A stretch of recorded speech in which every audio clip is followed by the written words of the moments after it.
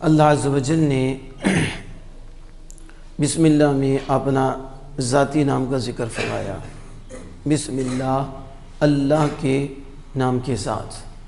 تو یہ جو اسم جلالت اللہ ہے، یہ اس کا ذاتی نام ہے، اور یہ ایسا نام ہے کہ اس میں سب کچھ ہے۔ یہ یاد رکھیں کہ اللہ واجب الوجود ہے۔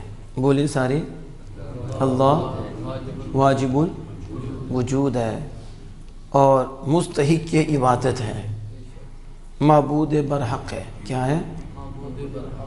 جو اس میں شریک ٹھہرائے تو وہ اللہ کی ذات میں شریک ٹھہراتا ہے، اگر اس میں شریک نہ ٹھہرائے تو وہ ذات میں شریک ٹھہرانے والا نہیں ہے۔ بس اللہ عز و جل اسے کہتے ہیں جو واجب الوجود ہے، جو واجب الوجود ہے اور معبود برحق ہے، یعنی اسی کی عبادت کی جائے، وہی حق رکھتا ہے اور کوئی نہیں۔ بس یہ توحید ہے۔ یہ کیا ہے؟ تب آپ کو یہ سب پہ فرض ہے کہ وہ اپنے ذہن میں یہ رکھے، دل میں اتارے کہ اللہ واجب الوجود ہے، یعنی وہ ہمیشہ سے ہے۔ کیا مطلب؟ ہمیشہ سے ہے، ہمیشہ رہے گا، ہمیشہ سے ہے، ہمیشہ۔ تغیر تبدل کی اس کی طرف نسبت ہی نہیں کر سکتے، کمی زیادتی کی اس کی طرف نسبت نہیں کر سکتے۔ یہ اثر لینا یہ مخلوق کا کام ہے، اثر دینا خالق کائنات کا کام ہے۔ اللہ پاک اثر لینے سے پاک ہے۔ جو اثر لیتا ہے وہ فنا ہوتا ہے، وہ مخلوق ہوتی ہے، وہ پہلے نہیں تھی، اسے پیدا کیا گیا ہے۔ تو جو اثر دیتا ہے وہ ہمیشہ سے ہے اور ہمیشہ رہے گا، وہ ایک ہی وجود ہے۔ اب یہ ذرا سمجھیں کہ لوگوں کو توحید کا ٹائٹل لگا کر تو انہیں کدھر لے کے جا رہے ہیں؟ شیطان کی طرف لے کے جا رہے ہیں۔ اور ٹائٹل کیا ہے؟ توحید۔ جیسے انہوں نے اہل بیت کا کارڈ استعمال کیا، نام اہل بیت کا، اور اس کے اندر اصحاب رسول کا بغض اور اصحاب رسول کی بے ادبیاں، اور دوسری طرف نوکر صحابہ کا ٹائٹل اور اہل بیت اطہار کی بے ادبیاں۔ تو اسی طرح شیطان ان کو دھوکے میں رکھا، نام رکھا توحید۔ تو وہ توحید کون سی ہے؟ اللہ کے نبیوں کی بے ادبی اور اعلیٰ لوگوں کی بے ادبی۔ ان کے ہاں کسی کی عزت نہیں ہے، جیسے وہ کہتا ہے بابا کوئی شے نہیں، تو اس کے وہ اسی طرح کی بولیاں ہیں، لفظ بدلی ہیں، بات تو وہی ہے جو ابا جی نے پہلے کہی تھی اور وہی بات چل رہی ہے۔ جب شیطان نے کہا کہ آدم کچھ نہیں، تو اولاد نے بھی تو وہی بولی بولنی ہے نا۔ اگر اس نے آدم علیہ السلام کو کچھ سمجھا ہوتا تو رب کے حکم پہ چکتا نا، تو اس نے کہا میں ہوں، میں ان سے بہتر ہوں، یہ تو شے ہی کوئی نہیں، تو اس لیے مارا گیا۔ تو آج تک اس کی نسل بھی ماری جا رہی ہے، جو توحید کی آڑ میں کہتے ہیں کوئی کچھ نہیں، کسی کی کوئی عزت نہیں۔ ابھی میں بتاؤں گا کہ دیکھو اللہ واجب الوجود ہے، کوئی وجود نہیں تھا، اللہ کا ہمیشہ سے ہے۔ تھا کا لفظ بول ہی نہیں سکتے، اللہ کے لیے تھا کا لفظ نہیں بول سکتے، ہمیشہ سے ہے، کوئی ایسا لمحہ نہیں بول سکتے اس لمحے نہیں، نا، دائمی، ہمیشہ، ہمیشہ ہی رہے گا، ہمیشہ۔ آپ سمجھ آ رہی ہے؟ یہ ہے توحید۔ ہم تو یہ کہتے ہیں کہ حضور بھی ہمیشہ سے نہیں، حضور کو بھی اللہ نے بنایا ہے، اور حضور ہی ہیں جن کو سب سے پہلے رب نے بنایا ہے، اور وہ حضور کا وجود ہے۔ لیکن حضور کا وجود بھی عکس ہے، سایہ ہے، جلوہ ہے۔ حقیقت میں جو وجود ہے وہ صرف باری تعالیٰ کا ہے، باقی کوئی وجود نہیں ہے۔ اب ذرا سمجھیں، تھوڑی سی باریک بات ہے۔ آپ کہیں گے کوئی وجود نہیں تو یہ بھی وجود ہے، ہم نے کہا یہ وجود نہیں، وجود اللہ کا ہے، وجود حقیقت میں اللہ کا ہے۔ یہ تو اللہ کے جلوے ہیں۔ تو پہلا جلوہ آمینہ کے لال ہیں، وہ اللہ کا پہلا فیض ہیں اور اللہ کی نور کی پہلی تجلی ہیں کہ وہ جل پاک نے فرمائی تو آمینہ کے لال بنے، اور اسی تجلی سے اللہ نے سارے جلوے بنا دیے۔ تو ایک ہی وجود ہے، وہ اللہ کا ہے، باقی سارے وجود عکس ہیں، اور سارے وجود ذلات ہیں، سارے وجود اس کے پرتوں ہیں، اور سارے وجود اس کے نور کے جلوے ہیں۔ ہاں ایک وجود ہے اللہ نے اس کائنات میں بنایا ہے، وہ آمینہ کے لال کا وجود ہے، اسی وجود سے سارے وجود رب نے قائم کر رکھے ہیں۔ اگر اس وجود کو نکالیں تو کوئی وجود رہتا ہی نہیں، اس وقت ساری دنیا ختم ہو جائے گی، اس وقت برباد ہو جائے گی۔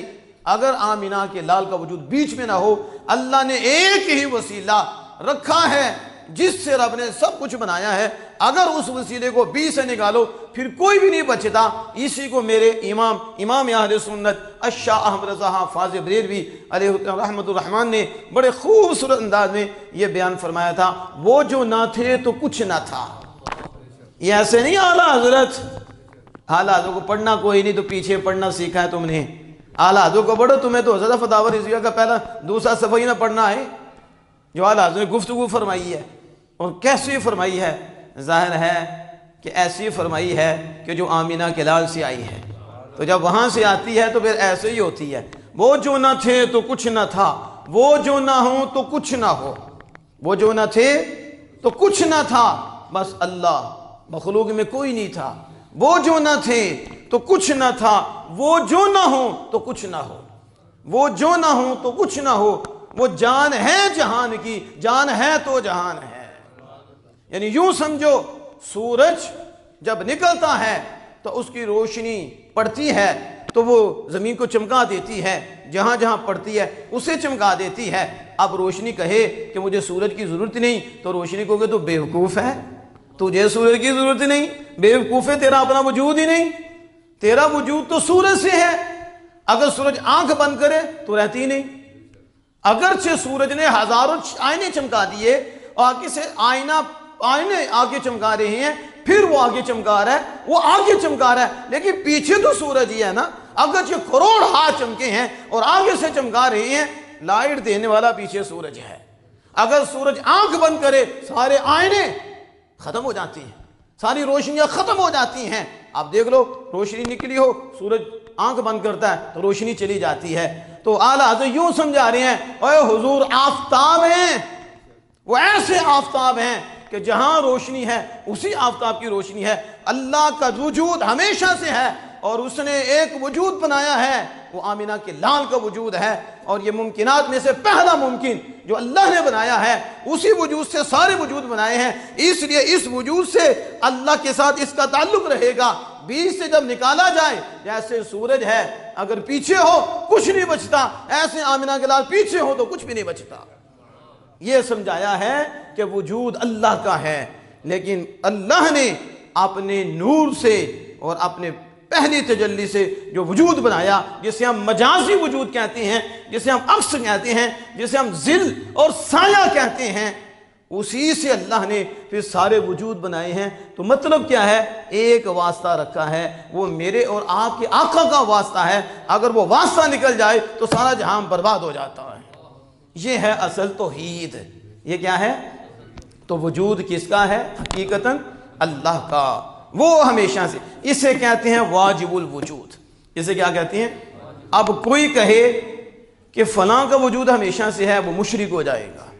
کیا ہو جائے گا؟ کیونکہ ہمیشہ سے اللہ کے سوا کوئی نہیں۔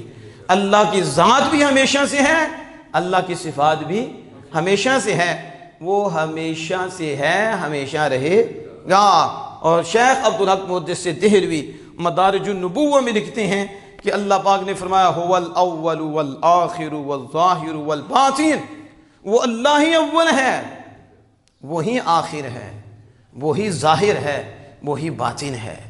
یہ اللہ کی تعریف ہے۔ تو شیخ فرماتے ہیں، شیخ عبدالحق محدث دہلوی، یہ آج کی بات نہیں ہے، یہ اعلیٰ حضرت کی بات نہیں ہے، یہ شیخ عبدالحق محدث دہلوی محدث علی الاطلاق، آپ فرماتے ہیں جہاں اللہ کی حمد ہے وہاں آمینہ کے لال کی نعت بھی ہے، وہاں رسول اللہ صلی اللہ علیہ وسلم کی نعت بھی ہے، وہ بھی اول ہے، اور اس نے محبوب کو بھی اول بنایا ہے، وہ بھی آخر ہے، اس نے محبوب کو آخر بنایا ہے، اور محبوب کو ظاہر بنایا ہے، محبوب کو باطن بنایا ہے۔ تو فرق کیا ہے؟ کہا فرق یہ ہے وہ اول ہے تو اس کی ابتدا کوئی نہیں، الاول لا ابتداء، اللہ ایسا اول ہے کہ اس کی ابتدا ہی نہیں، یعنی ہمیشہ سے، اور ایسا آخر ہے کہ اس کی انتہا ہی نہیں، ہمیشہ رہے گا۔ حضور وہ ہیں جو نہیں تھے لیکن اللہ نے بنایا پہلے آپ کو، تو مخلوق میں آپ اول ہیں اور مخلوق میں آپ آخر ہیں۔ یہ پڑھو نا، پھر آپ بیٹھے یہاں ہوں گے، حاضری اللہ کے بارگاہ میں لگ جائے گی۔ ایسی توحید ہے، وہ کون سی توحید ہے جس میں رسول اللہ صلی اللہ علیہ وسلم کی محبت ہی جاتی رہے، ادب ہی جاتا رہے تو اللہ واجب الوجود، اللہ واجب الوجود اور معبود برحق، معبود برحق۔ جب کوئی پوچھے معیار الوہیت بتاؤ تو آپ فوراً بولو جو واجب الوجود ہیں اور عبادت کا حقدار ہے وہی الہ ہے، وہی خدا ہے۔ انہوں نے پتہ نہیں کون سا خدا بنا دیا۔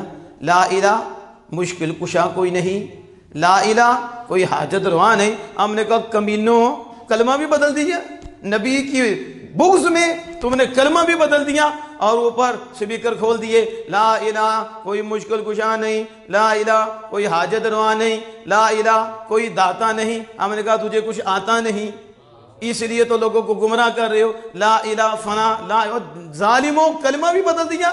اللہ نے تو لا الہ میں اپنا کوئی صفتی نام رکھا ہی نہیں، نہ ہی وہ نام کہ جو اللہ کی صفات پہ دلالت کرتا ہو۔ اللہ نے تو کلمے میں اپنا ذاتی نام رکھا ہے اور تم نے یہ بھی بدل دیا۔ اور مشکل کشا، کیا تمہارے نزدیک دو خدا ہیں؟ ایک حقیقی خدا ہے، ایک مجازی خدا ہے۔ یہ توحید ہے۔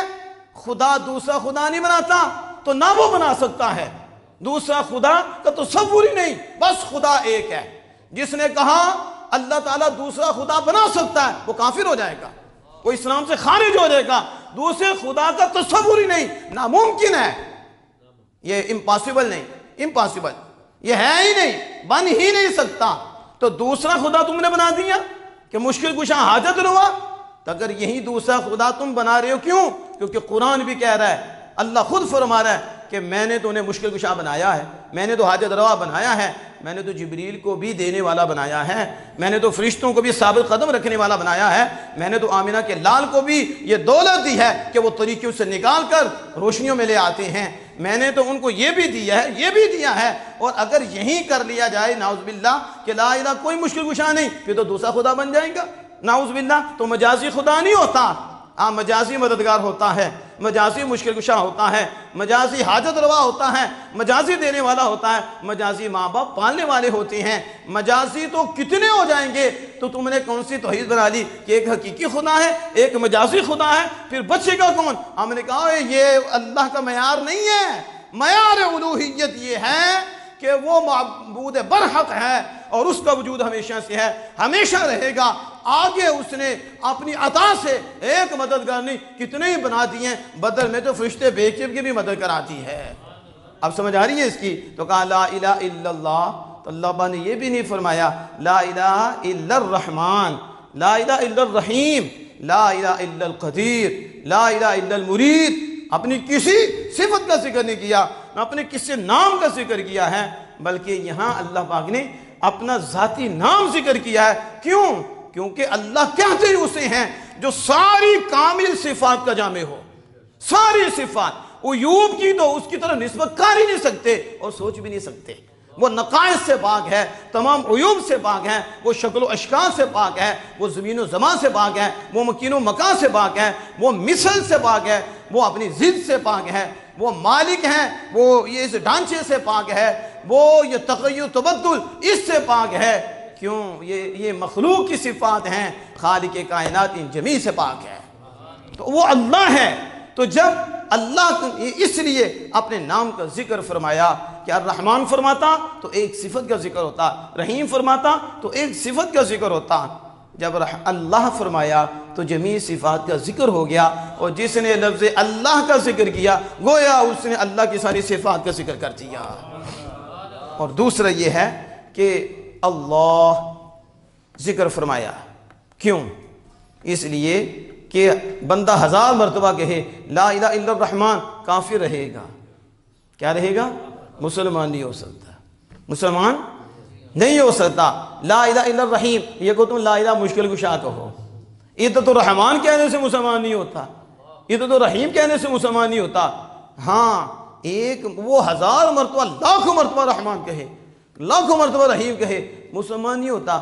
ایک مرتبہ کہہ دے الا اللہ، لا الہ الا اللہ، اسی وقت ہی یہ کلمہ اسے دو دے گا، کفر سے نکال کر اسے ایمان کی دولت عطا فرما دے گا، اسی وقت مومن ہو جائے گا۔ اب سمجھ آ رہی ہے؟ تو لا الہ الا اللہ، تو بسم اللہ میں اللہ نے اپنے ذاتی نام کا ذکر فرمایا۔ اب مزید میں اس بات کو آگے لے کے جاتا ہوں، پھر آپ اس کو سمجھیے۔ لفظ اللہ، اس میں علماء کرام نے بڑی گفتگو کی، یہ بنا کس سے ہے؟ جیسے میں نے شروع میں بتایا تھا، مٹیریل ہوتا ہے، اس سے چیز بنتی ہے۔ آپ بھی تو کسی سے بنے ہیں، تو آپ کا کیوں مادہ ہے۔ اس طرح جو ورڈز ہوتے ہیں، الفاظ ہوتے ہیں، ان کے بھی مادے ہوتے ہیں۔ یہ کن سے بنا ہے؟ جیسے علی با تا سا ملائے، سین شین سین ملائے تو کوئی کلمہ بن جاتا ہے۔ تو یہ حروف ہوتے ہیں، تو حروف کے ملانے سے کلمہ بن جاتا ہے۔ تو اب اس میں جلال اللہ یہ کس سے بنا ہے؟ علماء نے بڑی گفتگو کی، مفسر کے نام نے بڑی گفتگو کی، لیکن جب آپ وہ گفتگو پڑھیں نا تو حیرانگی ہے، بس سمجھ ہی نہیں آتی۔ کچھ کہتے ہیں یہ حرفوں سے بنا ہے، کچھ کہتے ہیں کوئی نہیں بنا، کچھ کہتے ہیں یہ مرکب ہے، کچھ کہتے ہیں منفرد ہے۔ کیا ہے؟ منفرد ہے، یکتا ہے۔ اب وہ گفتگو، لیکن زیادہ صحیح بات یہی ہے کہ اللہ اس میں جلالت کسی حرف سے نہیں بنا، یہ بنا نہیں ہے۔ جس طرح وہ منفرد ہے اسی طرح اس کا نام بھی منفرد ہے، جس طرح وہ یکتا ہے اور اس کا نام بھی یکتا ہے۔ جب اس کے نام میں بندے حیران ہیں اور بڑے بڑے حیران ہیں، نام کی حقیقت کو نہیں پا سکے، کمینہ تم رب کی حقیقت کو کیسے پاؤ گے؟ رب کے نام میں بندے حیران ہیں، صدیاں بیت گئی ہیں، مفسرین لکھتے رہے۔ آپ پڑھو، کتب تفاسیر اٹھا کے دیکھو، دیگر تفاسیر اٹھا کے دیکھو، جس کو دیکھو کہ حیران ہے، صرف اس میں جلالہ میں حیران ہے۔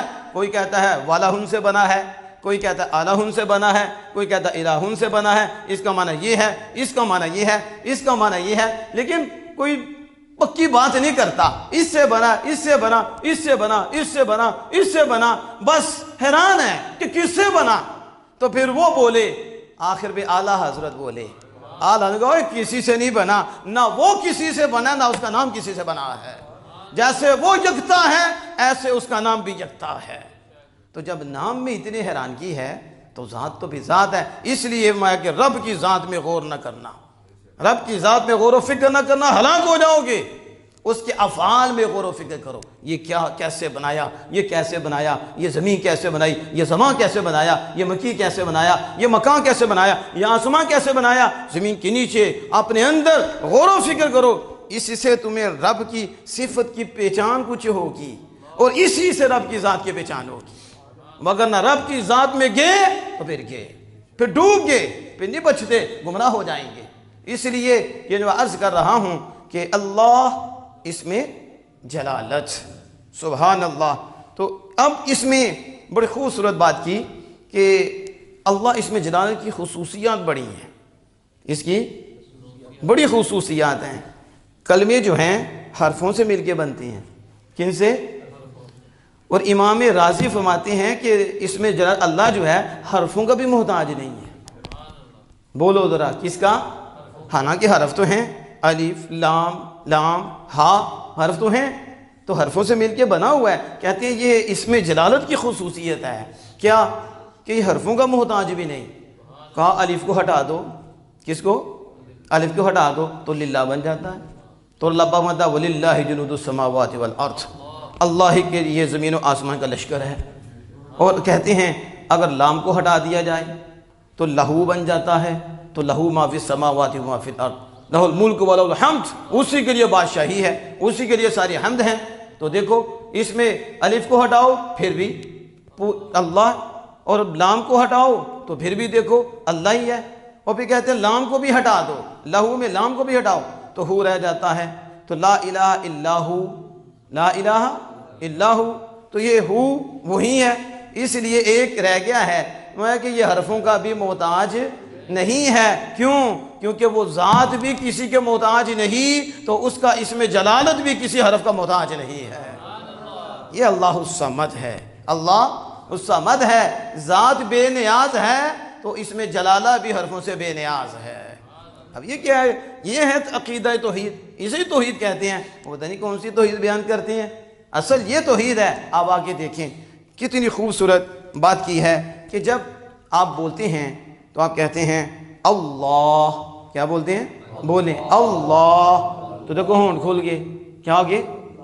ہونٹ کھل گئے تو اب کہو محمد صلی اللہ علیہ وسلم، بولیں تو ہوا کیا؟ نیچے والا ہونٹ اوپر جا ملا، نیچے والا۔ تو پھر کہتے ہیں کہ اللہ عز و جل میں اتنی خصوصیات ہیں، تو نبی اکرم صلی اللہ علیہ وسلم کے نام پاک میں بھی قریب قریب بہت خصوصیات ہیں۔ لا الہ الا اللہ محمد رسول اللہ صلی اللہ تعالی علیہ وآلہ وسلم، کہ جب اللہ کہو ہونٹ کھلتے ہیں، اور جب محمد صلی اللہ علیہ وسلم کہو تو ہونٹ ملتے ہیں، ہونٹ ملتے ہیں۔ نیچے والا اوپر جا ملتا ہے، نیچے والا اوپر ملتا ہے، تو حضور نیچے سے اوپر کرتے ہیں، نیچے والے کو اوپر سے ملاتے ہیں۔ تو فرمایا کہ آپ صلی اللہ علیہ وسلم کا نام نامی اسم گرامی مخلوق کو خالق سے ملاتا ہے، مخلوق کو خالق سے ملاتا ہے۔ تو جڑے خشک نے ان کے ہونٹ بھی ملاتا ہے، ان کے جنہیں حضور کے نام پہ خشکی آتی ہے، تو اللہ پاک نے نام ہی ایسا رکھا ہے، خشکی جتنی مرضی آئے تر ہونٹ سے ہم ملائیں گے۔ تر ہونٹ، خشک ہونٹ سے مل کے میم ادا نہیں ہوتی، یہ تر ہونٹ سے تر ہونٹ ملتے ہیں تو کیا ادا ہوتا ہے؟ یہ ہونٹ کو ہونٹ سے ملانا، ہونٹ کو ہونٹ سے ملانے سے میم ادا ہوتا ہے۔ تم چومو یا نہ چومو، رب نے نام ہی ایسا رکھا ہے، جب بھی لوگ ہونٹ کو چومیں گے۔ محمد، دیکھو محمد دونوں بھی لے ہوئے ہیں، صلی اللہ علیہ وآلہ وسلم۔ تو محمد نام ہی بتاتا ہے کہ اللہ نے مجھے بیچ میں رکھا ہے مخلوق کے، تاکہ رب سے لوں، مخلوق کو دوں، اور مخلوق کا تعلق رب سے جوڑوں۔ تو محمد صلی اللہ علیہ وسلم ملاتے ہیں، کیا کرتے ہیں؟ یہ تو موقع ملا تو انشاءاللہ تعالی اس پہ ہم بات کریں گے۔ آگے آپ دیکھیں الرحمن الرحیم۔ الرحمن اور رحمان کہتے ہیں بہت مہربانی فرمانے والے کو، بہت، بولے رحمان کسے کہتے ہیں؟ بہت مہربانی فرمانے والا، اور رحیم رحمت والا۔ اب رحمان اور رحیم یہ دونوں رحم سے بنے ہیں، کس سے؟ رحمت، اس کا مادہ ہے رحمین۔ اور دیکھیے رحم کا معنی کیا ہوتا ہے؟ مہربانی کرنا۔ رحم کا معنی کیا ہوتا ہے؟ مہربانی کرنا، کسی پر مہربانی کرنا، کسی پہ شفقت فرمانا، اسے رحمت کہتے ہیں۔ اور یہ جو بچہ دانی ہوتی ہے اسے بھی رحم کہتے ہیں۔ بچہ دانی کو کیا کہتے ہیں؟ رحم، ہمارے یعنی بولتے رحم، ہم بولا جاتا ہے رحم۔ تو یہ کیا ہے؟ بچہ دانی۔ اس کو کیوں کہتے ہیں رحم؟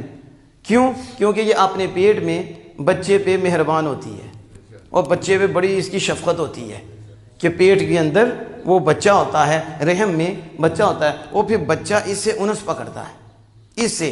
اور یہ جو خونی رشتے ہوتے ہیں دیکھیں آپس میں محبت کرتی ہیں ایک دوسرے سے، بھائی بھتیجے بانجے، کیوں کرتے ہیں؟ کیونکہ یہ بھی رحم سے ان کا تعلق ہے، ان کا بھی رحم سے، یہ خونی رشتہ ہے۔ تو خونی رشتہ ہے تو رحم میں مہربانی ہوتی ہے، اس لیے آپس میں بھی یہ کیا کرتے ہیں؟ دوسروں کی بنسبت آپس میں مہربانی کرتے ہیں۔ چچا تائے، یہ پھوپھیاں، یہ آپس میں جو محبت کے سلسلے ہوتے ہیں یہ اس لیے ہوتے ہیں کہ ان کے اندر وہ خون ہے، تو اس کا مادہ کیا ہے؟ مہربانی، یعنی مہربانی کرنا، شفقت کرنا، اس لیے آپس میں یہ مہربانی کرتے ہیں اور شفقت کرتے ہیں۔ اللہ عز و جل کے لیے یہ معنی نہیں لے سکتے، اللہ عز و جل کے لیے یہ معنی نہیں لے سکتے، کیونکہ وہ دل سے پاک ہے، ان چیزوں سے پاک ہے۔ تو اب اس کے لیے معنی کیا لیں گے؟ اس کے لیے معنی یہ ہوگا کہ احسان فرمانے والا، بہت احسان فرمانے والا۔ کیا معنی لیں گے؟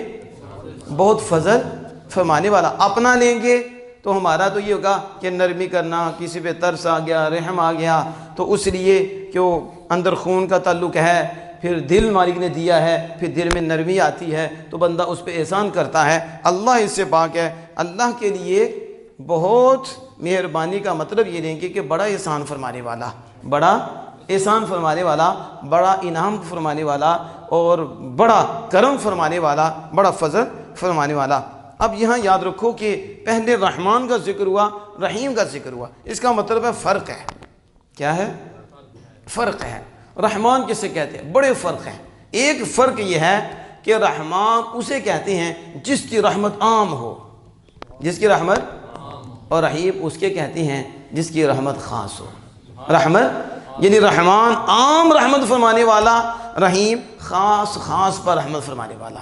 خاص دیکھو سورج، یہ پانی وغیرہ سب کو ملتے ہیں، یہ عام رحمت ہے، لیکن اس کے علاوہ آپ دیکھیں کہ حکومت، سلطنت، یہ ولایت، یہ ہر ایک کو نہیں ملتی.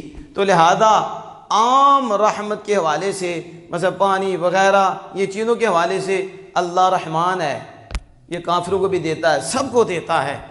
اور رحیم اس معنی میں ہے کہ وہ سلطنت اور ولایت ہر ایک کو نہیں دیتا، بلکہ خاص خاص کو عطا فرماتا ہے. اسی طرح دوسرا فرق کیا ہے کہ وہ رحمان ہے کہ دوست کو بھی دیتا ہے، دشمن کو بھی دیتا ہے، کافر کو بھی دیتا ہے، منافق کو بھی دیتا ہے، بدبخت کو بھی دیتا ہے، مرتد کو بھی دیتا ہے، چکڑالوی کو دیتا ہے، ہر بد سے بدتر کو دیتا ہے. وہ رحمان ہے.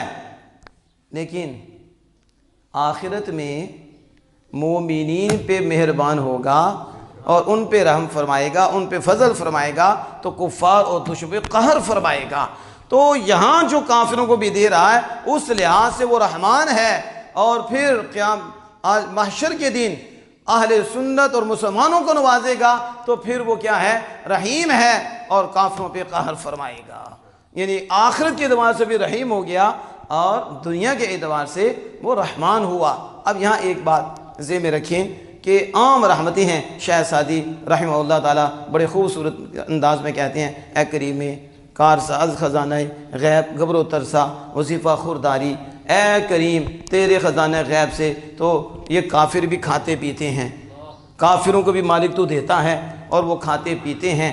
تو کہا کہ دوستا کجا کنی محروم تو کہ بدشمنہ نظرداری، کہ مالک جب تو کافروں کو دے رہا ہے جو تجھ سے پیار کرتے ہیں، جو تجھے یاد رکھتے ہیں، مومن اور مسلمان، تمہیں کیسے محروم رکھے گا. یعنی شیخ سعدی ٹکر کا مسئلہ حل کر رہی ہیں کہ جو ٹکر کے پیچھے رب کو ناراض کر رہی ہیں، اپنی آخرت برباد کر رہی ہیں. تو شیخ سعدی فرماتے ہیں وہ تو کریم کافروں کو بھی دیتا ہے، وہ رحمان ہے، وہ اپنے دشمنوں کو بھی دیتا ہے، منافقوں کو بھی دیتا ہے، دنیا سے بد سے بدتر انسان کو بھی وہی دیتا ہے. جو مانے یا نہ مانے رزق دے رہا ہے، انہیں عطا کر رہا ہے. تو اپنے آپ کو سمجھا، تو ماننے والا ہے، تو رب سے پیار کرنے والا ہے. جب وہ کافروں کو پالتا ہے، رزق دیتا ہے، تو یاروں کو کیوں نہیں دے گا؟ دوستا کجا کنی محروم، پھر دوستوں کو کیسے محروم کرے گا؟ کہ مومن اللہ کے دوست ہیں، کافر تو دشمن ہے. تو جب وہ دشمنوں کو پالتا ہے تو یاروں کو کیوں نہیں پالے گا؟ اپنے آپ کو سمجھاؤ، وہ تمہارا خالق ہے. ہاں اس کے فیصلے ہیں، کسی کو کم کسی کو زیادہ، یہ اس کی تقسیم ہے. سب کو اس نے برابر نہیں رکھا، اور جہاں رکھا ہے ٹھیک رکھا ہے. اس کے فیصلے پر راضی رہنا چاہیے. تو یہ جو میں بات کر رہا تھا رحمان اور رحیم کی، ایک بات اور پھر انشاءاللہ تعالی ہم مزید اس پہ گفتگو کریں گے. مفتی صاحب نے ایک بڑی خوبصورت بات کی، وہ کیا؟ وہ آپ ہی سنیں گے، مزید لطف آئے گا. مثلا اللہ کا ایک معنی یہ بھی کیا گیا کہ گھبراہٹ میں جس کی طرف بندہ دوڑے، گھبراہٹ میں جس کی طرف آئے اسے اللہ کہتے ہیں. اسے یہ بھی بات کی ہے، یعنی کہ وہ معنی کے اعتبار سے کہ یہ تعلق ہے. اور اللہ نے اپنے محبوب کو بھی ایسا بنایا ہے کہ بندہ پھنس جائے تو رسول اللہ کی طرف آئے، اور حضور ہی کی نافرمانی کرے تو حضور ہی کی طرف آئے. تو حضور رحمت کی چادر میں لیتے ہیں، رب دو دیتا ہے. اس میں میرے اعلیٰ حضرت کہتے ہیں، کس انداز سے آپ نے کہا چور حاکم سے چھپا کرتے ہیں. چور کی تو چھپ دینے، تو جب حاکم ہی چور پھر کیا کرے بندہ؟ چور حاکم سے چھپا کرتے ہیں، یا اس کے خلاف تیرے دامن میں چھپے چور انوکھا تیرا. کہا بارگاہ مصطفی میں اصول ہی اور ہو گیا کہ لوگ چور حاکموں سے چھپتے ہیں. یہاں رب فرماتا ہے میرے محبوب کی بارگاہ میں آ جاؤ، اور محبوب دامن میں لیتے ہیں اور معاف کر دیتے ہیں. چور حاکم سے چھپا کرتے ہیں، یا اس کے خلاف تیرے دامن میں چھپے چور انوکھا تیرا. پھر کرم پاتا ہے. اب سنو کہ گھبراہٹ کے وقت دیکھو جس سے بندہ ڈرتا ہے نا اس سے بھاگتا ہے. ایسا ہے کہ نہیں؟ جس سے ڈرتا ہے اس سے. لیکن رب کی طرف دیکھو، جو رب سے ڈرتا ہے رب ہی کی طرف بھاگتا ہے. کس کی طرف؟ جب رب سے ڈرتا ہے تو رب ہی کی طرف رجوع کرتا ہے، اور اس سے پتا ہے کہ مالک نے کرم فرمانا ہے، مالک نے مہربانی فرمانی ہے. اس سے بھاگ کے جائیں گے کہاں؟ تو لَبَخُذْ فَفِرُّوا إِلَى اللَّهِ، کسی اور کی طرف نہ بھاگو. اللہ کو بھی رب فرما رہا ہے اور میری طرف آؤ. میری طرف کیوں گھبرا رہے ہو؟ ادھر آؤ، میں کرم فرمانے والا ہوں. فضل فرمانے والا ہوں۔ بادشاہ فقیر کو دیکھ کے دروازہ بند کر لیتے ہیں، منگتا آ گیا دروازہ بند کر لیتے ہیں، لیکن رب کا دروازہ ایسا ہے کہ کھلا بھی ہے اور بلا بھی رہا ہے۔ وہاں پکایا جا رہا ہے، یہاں بلایا جا رہا ہے کہ آؤ آؤ، نا امید نہ ہو، نا میرے محبوب کے ماننے والے ہو، تم آ جاؤ، بس جھک جاؤ، شرائط پوری کر جاؤ، ہم تمہیں دو دیں گے۔ اس میں مفتی صاحب نے ایک واقعہ لکھا اور بڑا خوبصورت واقعہ لکھا کہ دو بھائی تھے، ایک بھائی متقی پرہیزگار تھا اور دوسرا بھائی گناہگار تھا، گناہگار، فاسق، فاجر، اور بڑا بھائی اسے سمجھاتا بھی تھا کہ باز آ جاؤ، باز آ جاؤ، باز آ جاؤ، لیکن وہ باز نہیں آتا تھا، وہ گناہ کرتا تھا، فسق کرتا تھا۔ بس اس کے مرنے کا وقت قریب آ گیا۔ جب مرنے کا وقت قریب آیا تو بڑے بھائی نے اسے یہ فرمایا کہ میں نے بارہا تجھے سمجھایا کہ فسق سے باز آ جا، نافرمانی سے باز آ جا، پھر بھی تو باز نہ آیا، اب بتا تیرا کیا ہوگا؟ اب موت کا وقت قریب ہے، اب بتا تیرا کیا ہوگا؟ بس جب رب کا کرم ہو جائے۔ یہ خود نہیں ہوتے کام، یہ کرم سے ہوتی ہیں، یہ فضل سے ہوتی ہیں۔ اب آخری ٹائم ہے اور سوال بھی کیسا ہے اور بات بھی کون سی یاد کرائی ہے کہ تجھے سمجھاتا رہا، باز کرتا رہا کہ باز آ جا، باز آ جا، گناہ نہ کر، فسق و فجور سے باز آ جا، تو نہ باز آیا۔ تو اب بتا تیرا کیا ہوگا؟ اس نے کہا بھائی مجھے بتاؤ، اگر مجھے قیامت کے دن اس طرح کے لفظ ہیں ماں کی سپرد کر دیا جائے، کس کے؟ ماں کی سپرد کر دیا جائے، تو ماں میرے ساتھ کیا کرے گی؟ مجھے جنت میں بھیجے گی یا جنت میں؟ اس نے کہا یقیناً ماں تو جنت میں بھیجے گی۔ تو پھر اس نے کہا کہ میرا رب ماں سے بھی زیادہ مہربان ہے، میرا رب ماں سے بھی زیادہ مہربان ہے۔ بس یہ کہا تو اس کا وقت آ گیا، وہ فوت ہو گیا۔ اب بڑے بھائی کو خواب میں ملا تو بڑا خوشحال تھا، پوچھا تیری بخشش کیسے ہوئی؟ کہا مرتے وقت جو جملہ کہا تھا اللہ کو پسند آ گیا، وہی میری بخشش کا ذریعہ بن گیا، وہی میری بخشش کا ذریعہ بن گیا۔ وہ اتنا رحمان ہے، اتنا مہربان ہے، آخری وقت بھی یاد آ جائے اور پھر اور امید ہو کہ اللہ بخشے گا، اللہ اسی امید پہ بندے پہ کرم فرما دیتا ہے کہ ہم گناہ گاروں کو تیری رحمت چاہیے، ہم گناہ گاروں کو تیری رحمت چاہیے اور ہمارے سارے گناہ دھل جائیں گے، تیری رحمت کا پانی چاہیے۔ اللہ عز و جل سے دعا ہے کہ ہم سب کو عمل کی توفیق عطا فرمائے۔ بسم اللہ